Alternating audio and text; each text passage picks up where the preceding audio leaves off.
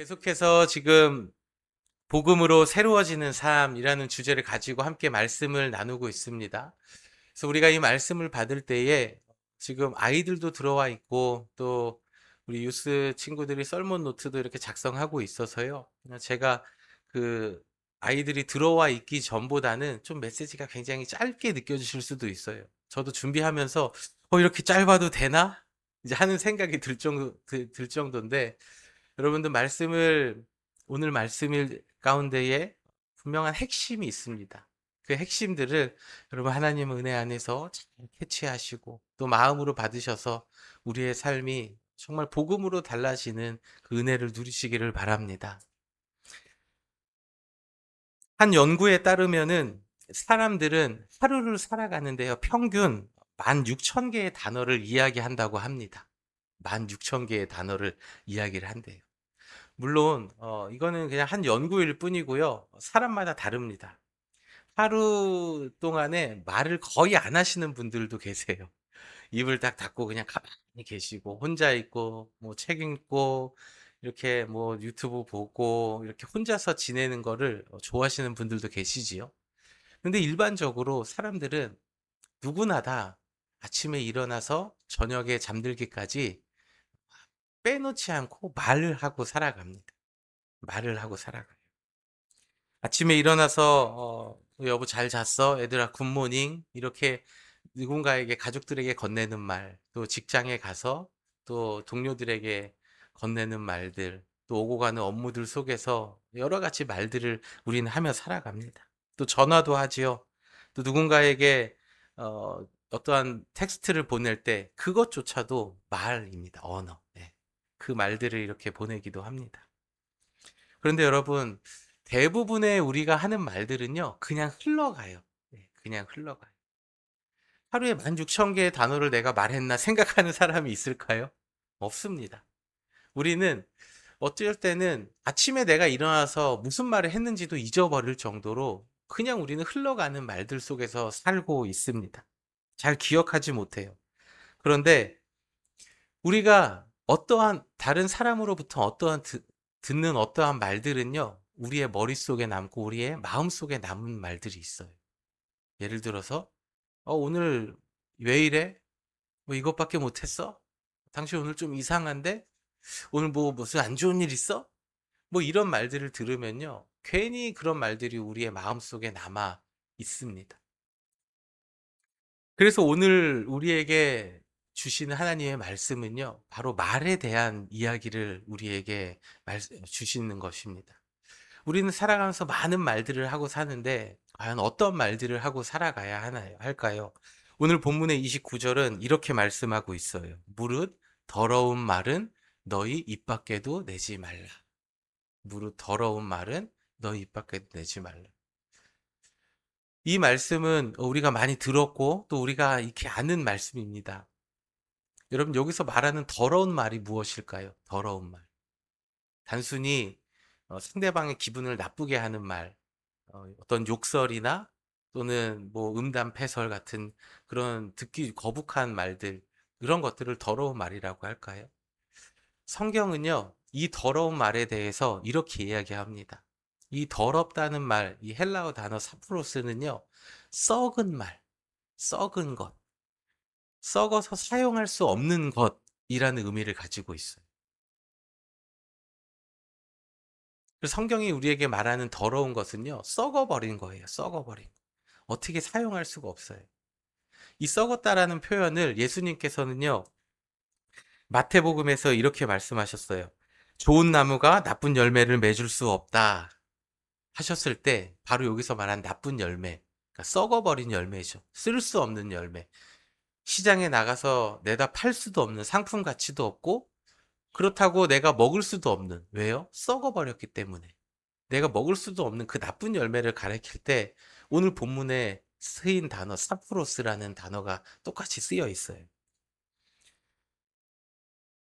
그래서 이 더러운 말은요, 듣는 사람의 마음과 그 사람의 삶을 썩게 하는 것, 망가뜨리는 말, 상대방을 죄와 악으로 이끄는 말이라는 뜻을 가지고 있습니다.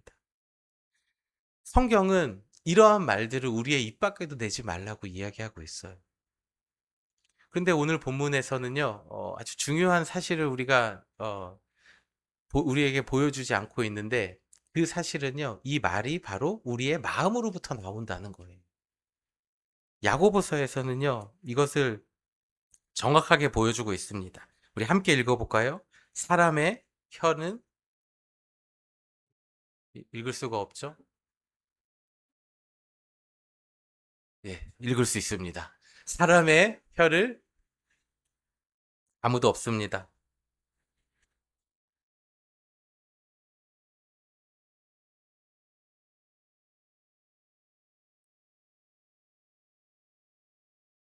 아멘. 여러분, 야고보서 3장에서 말씀하시는 게 뭐예요? 우리의 한 입에서 단물도 나오고 쓴물도 나온다. 그러니까 사람을 살리는 말도 나오고 사람을 죽이는 말도 나온다라고 이야기하고 있어요. 그런데 그 근원이 어디입니까? 그 셈이라고 표현되어 있죠. 우리의 마음이라는 거예요. 우리의 마음으로부터 우리의 이런 말들이 나온다라고 얘기하고 있어요. 예수님께서도 아주 정확하게 이렇게 말씀하셨어요. 우리 누가복음 6장 말씀도 한번 읽어볼까요? 선한 사람은 읽을 수가 없죠? 네, 읽을 수가 있죠. 선한 사람은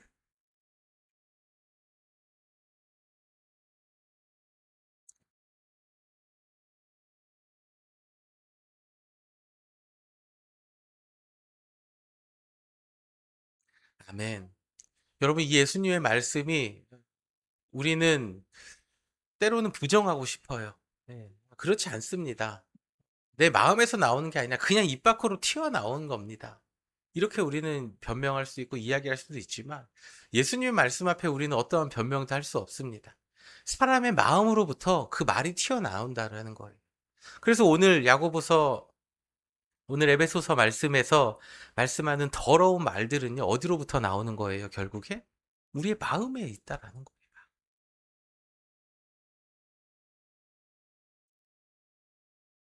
우리가 무심코 던진 한마디는요, 그냥 무심코 던진 한마디가 아니라는 것입니다.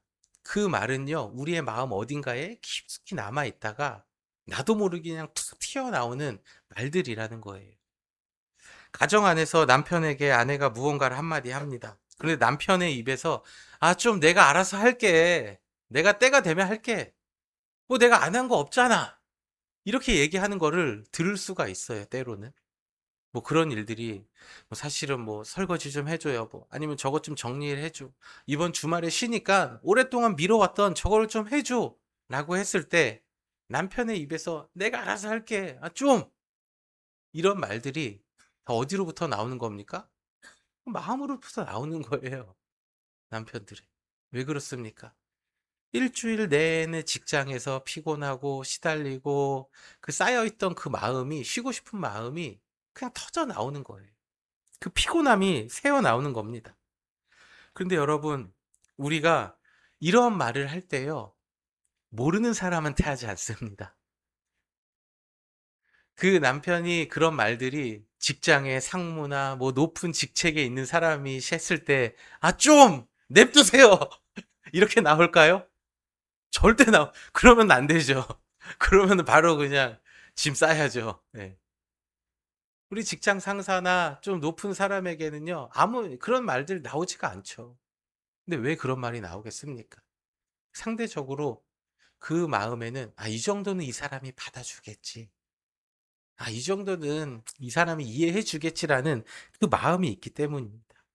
그런데 그 마음이 결국에는 상대방을 함부로 대하게 만든다라는 것입니다. 상대방의 마음을 다치게 하는 거예요. 그 마음은 단순한 피곤함의 문제가 아닐 수 있습니다. 상대방을 향한 내 마음의 서운함일 수도 있어요.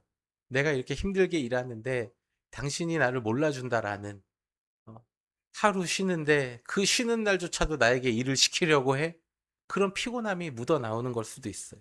그 마음에서 나오는 것일 수도 있습니다. 여러분, 이러한 것들이 뭐 부부 사이에서, 남편과 아내 사이에서, 또 자녀와 사이에서 뭐 수도 없이 일어나죠. 뭐 이런 얘기를 하다 보면은 오늘 뭐 그냥 점심밥 못 먹습니다. 네. 근데 이런 말들이 단순히 튀어나오는 것은요, 우리 가운데에 서운함과 분노, 또 사람을 향한 그 정죄하는 마음이 우리 안에 어딘가 있기 때문이라는 거예요. 그렇다면 오늘 본문에서 말씀하고 있는 그 더러운 말, 상대방을 썩게 하고 상대방을 상하게 하는 그 말을 어떻게 멈출 수가 있겠습니까? 여러분, 이것은요, 우리의 노력으로 되지 않는다고 성경은 말씀하고 있어요.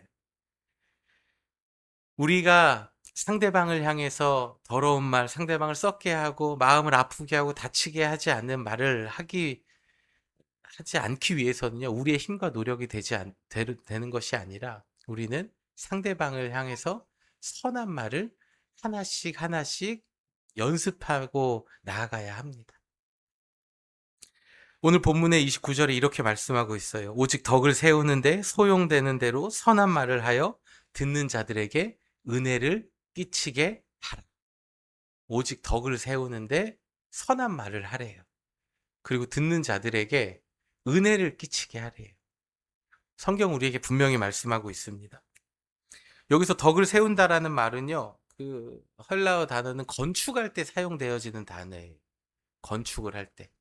그 덕을 세운다는 게 단순히 우리가 생각하는 것처럼 그 개념적으로 덕 있는 말을 해야지 이게 아니라 건축에서요, 여러분 벽돌을 하나씩 하나씩 쌓아 올릴 때 건물이 완성되는 것처럼 우리가 말을 하면서 그 건축을 해서 쌓아 올리는 것처럼 하나, 둘, 셋, 네 개씩 관계가 점점 더 쌓아 올라가야 된다라는 것을 성경은 우리에게 말씀하고 있습니다. 그래서 우리가 하는 말 한마디는요, 건축을 하면서 벽돌을 하나 쌓아 올리는 것처럼 벽돌을 하나 더 쌓아 올릴 수도 있고, 다시 말해서 벽돌을 허물 수도 있는 말이 될 수가 있다라는 거예요. 말 한마디로 상대방의 마음을 세워줄 수도 있고요. 말 한마디로 상대방의 마음의 문을 닫을 수도 있고, 마음을 무너뜨릴 수도 있습니다.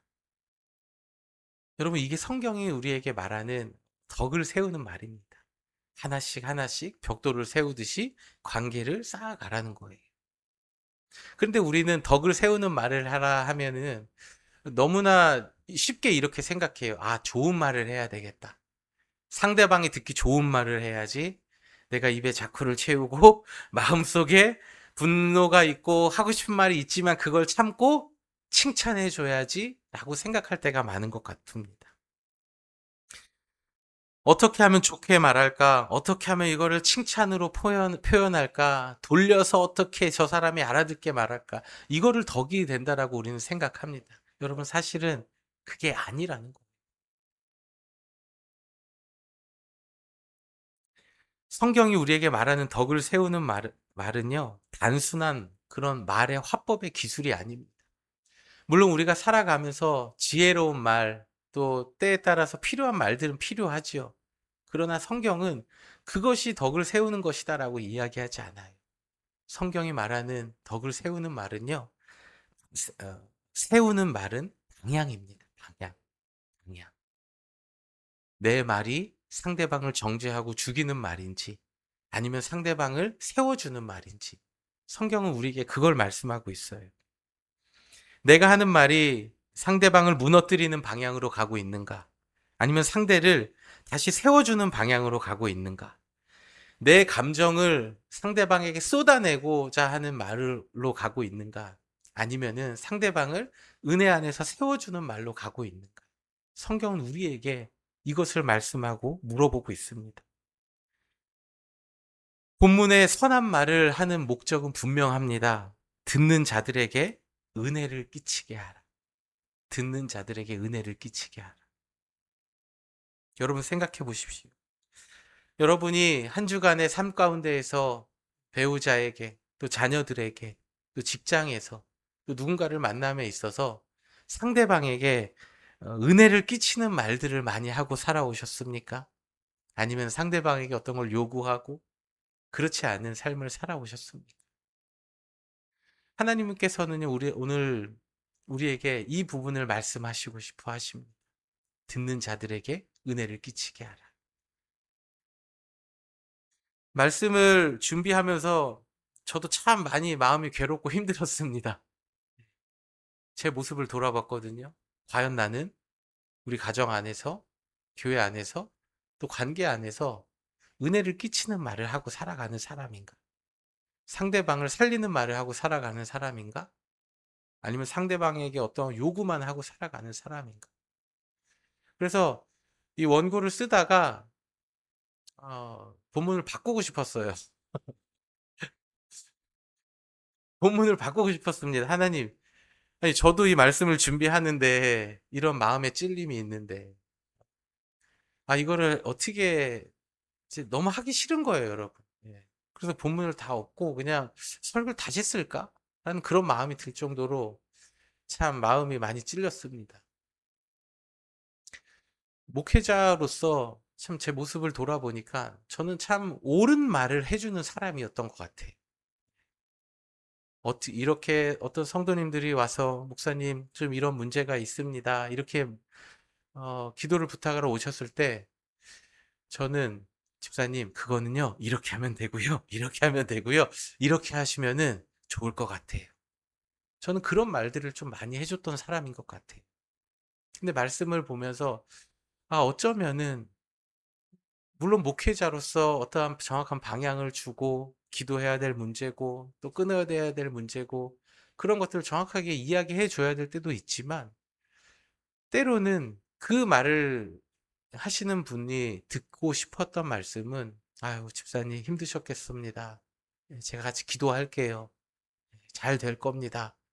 이 말을 더 듣고 싶어 하지 않았을까라는 그런 마음이 좀 들었습니다. 혹시 저로 인해서 어떠한 방향의 설정을 듣고 마음속에 아유 목사님 막 그랬다면 용서하시길 바랍니다. 여러분 우리가 정말 다른 사람을 통해 듣고 싶은 말은요 정답이 아닐 수가 있어요. 방법을 몰라서가 아닙니다. 우리 모두는 하나님이 주시는 그 하나님의 영이 우리 안에 있잖아요. 그 하나님의 이미지가 우리 안에 있고 하나님을 향해 찾아가는 그 마음이 우리 안에 있습니다. 무엇보다 예수님이 우리 안에 계셔서 우리의 삶을 인도하고 계세요. 우리 안에 여러분 안에 끊임없이 말씀하고 있습니다. 우리는 정답을 듣는 것 때로는 필요하겠죠. 하지만 정말 우리가 상대방으로부터 듣고 싶은 말은 상대방이 나를 지지해 주는 말, 나를 살리는 말일 수도 있다라는 거.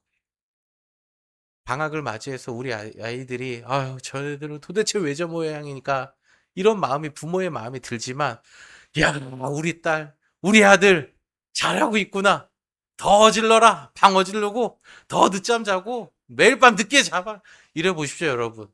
그러면 아이들이 내가 뭐 잘못했나 느껴요 아이들도. 우리 아내들에게 도대체 당신은 집에서 있는 사람이 도대체 하루 종일 집이 뭐야 이게 이게 왜 그러는 거야 도대체. 이런 말이 아니라 야 오늘 우리 여보가 신나게 놀았구나 우리 아내가 그냥 오늘 하루 잘 쉬었구나 더 지르자 아니면 나같이 치우자 뭐 이렇게 한번 해보십시오 여러분. 그게 상대방을 살리는 말 아니겠습니까? 남편이 딱 직장에서 일하고 돌아왔어요. 피곤해요. 눈도 안 마주치고 들어옵니다. 우리 아내들은 요즘 많이 수요 모임 통해서 은혜를 받고 있죠. 그래서 남편에게 잘해줘야 되겠다. 들어올 때 따뜻하게 허그해줘야 되겠다. 아이 컨택트 해야 되겠다. 하는 마음이 있지만 남편이 들어올 때 그냥 신발을 아무데나 벗어놓고 그냥 눈도 안 맞추고 딱 들어가 버립니다. 그럴 때 여러분 뒤에서 그냥 막 눈빛으로 레이저 쏘지 마시고 와 우리 여보 힘들었구나 잘한다 힘내 잘하고 있어 뒤돌아서는 남편에게 박수를 한번 쳐보십시오 여러분. 어떻게 되겠습니까? 그 말 한마디에 하루의 피곤과 그런 쌓여있던 것들이 다 풀어지지 않겠습니까? 우리는 이런 말들을 좀 찾아야 돼요. 네. 상대방의 반응에 내 감정이 반응하는 것을 찾는 것이 아니라 상대방을 어떻게 하면 세워줄 수 있을까? 힘을 줄 수 있을까? 우리는 이것을 연습을 해야 됩니다. 우리 옆에 있는 분들에게, 우리 좀 가족끼리 앉으시는 분들은요, 좀 이렇게 얘기해 주셨으면 좋겠어요. 뭐, 우리 딸 잘하고 있어. 당신 잘하고 있어. 우리 아들 잘하고 있어. 네. 옆에 있는 분들에게 잘하고 있습니다. 우리 이렇게 한번 좀 격려해 주실래요? 잘하고 있어요. 네. 잘하고 있어요. 네. 우리 눈으로 볼 때는 잘하고 있는 거 하나도 없는 것 같지만 여러분, 우리에게 필요한 말은 뭐예요? 상대방을 살리는 말, 세워주는 말이에요. 그 말이 결국 그 사람을 살려요.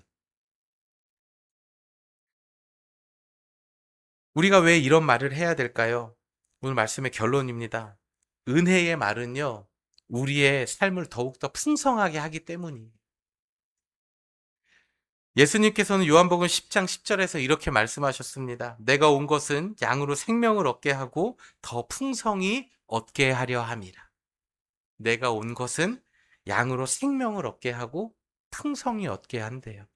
여러분, 생명은 무슨 말인지 알 것 같아요. 예수님께서 이 땅에 오셔서 우리에게 생명을 주셨잖아요. 근데 과연 예수님께서 말씀하신 이 풍성함은 무엇일까요? 무엇을 더 풍성히 얻어야 될까요? 이미 예수님께서 십자가에서 모든 걸 다 주셨고 우리는 영원한 생명을 얻은 존재예요. 우리는 지금 하나님께서 부르셔도 하나님 나라에 갈 수 있는 구원받은 사람들입니다. 그런데 예수님께서 풍성히 얻게 한대요. 도대체 무엇을 말씀하시는 걸까요? 예수님께서 우리에게 주시는 그 풍성함은요, 바로 이웃과의 관계에서 오는 풍성함입니다. 생명은 누구로부터 온 거예요? 하나님으로부터 온 거죠. 그리고 풍성함은요, 이웃으로부터 오는 거예요. 이 풍성함은요, 더 많은 돈을 얻는 것, 재물을 얻고 더 큰 집에 사는 것, 더 높은 자리로 가는 것 아닙니다. 하나님과의 관계에서 생명을 얻은 사람이 이웃과의 관계에서도 풍성한 삶을 누리고 산다라는 것, 이것이 바로 복음에 담겨져 있는 신비라는 거예요. 우리는 하나님과의 관계에 너무 집중한 나머지 이웃과의 관계는 이렇게 좀 소홀히 할 때가 있습니다. 이웃과의 관계에서 풍성히 누려야 되는데 이웃으로부터, 아내로부터, 남편으로부터, 자녀로부터 받았던 그 상처들을요, 하나님께로 가져가서 기도하면 된다고 생각을 해요. 여러분들, 그런 게 아니에요. 하나님께서 우리에게 주시는 예수님을 통해서 오는 그 복음의 신비, 그 생명의 풍성함은요, 이웃과의 관계로 흘러갑니다. 그래서 복음은 하느님과 나 사이만 새롭게 하는 것이 아니에요. 복음은 나와 이웃과의 관계, 내 주변에 있는 사람과의 관계도 새롭게 합니다. 그것이 바로 우리가 이 땅에서 살아가는, 풍성히 살아가는 삶을 말씀하고 있는 거예요. 그것이 말이다. 오늘 본문은 이야기하고 있습니다. 여러분, 풍성한 삶은 멀리 있지 않습니다. 오늘 저녁 가정에서 건네는 따뜻한 한마디, 한 주간 만나는 사람들 속에서 그 사람에게 건네는 작은 말 한마디가 결국에는 여러분의 삶의 풍성함으로 흘러갈 것입니다. 오늘 본문 말씀 에베소서 4장 29절 우리 한 번 더 읽어볼까요? 읽을 수 있을까요? 4장 29절. 무릇 더러운 말은 너 입 밖에도 내지 말고 오직 덕을 세운 데 소용되는 말, 선한 말을 하여 듣는 자들에게 은혜를 끼치게 하라. 아멘. 여러분, 이 말씀을 기억하십시오. 그리고 이번 한 주간 동안 상대방을 재단하고 상대방을 판단하고 분석하는 말이 아니라 내 안에 있는 은혜를 좀 풍성히 흘려보내는 대로 선한 말, 상대방의 마음을 썩지 않게 하고 상대방의 마음을 상하지 않는, 상대방을 세워주고 상대방에게 은혜를 흘려보내는 말들을 하는 우리 모두가 되어지길 주님의 이름으로 축복합니다.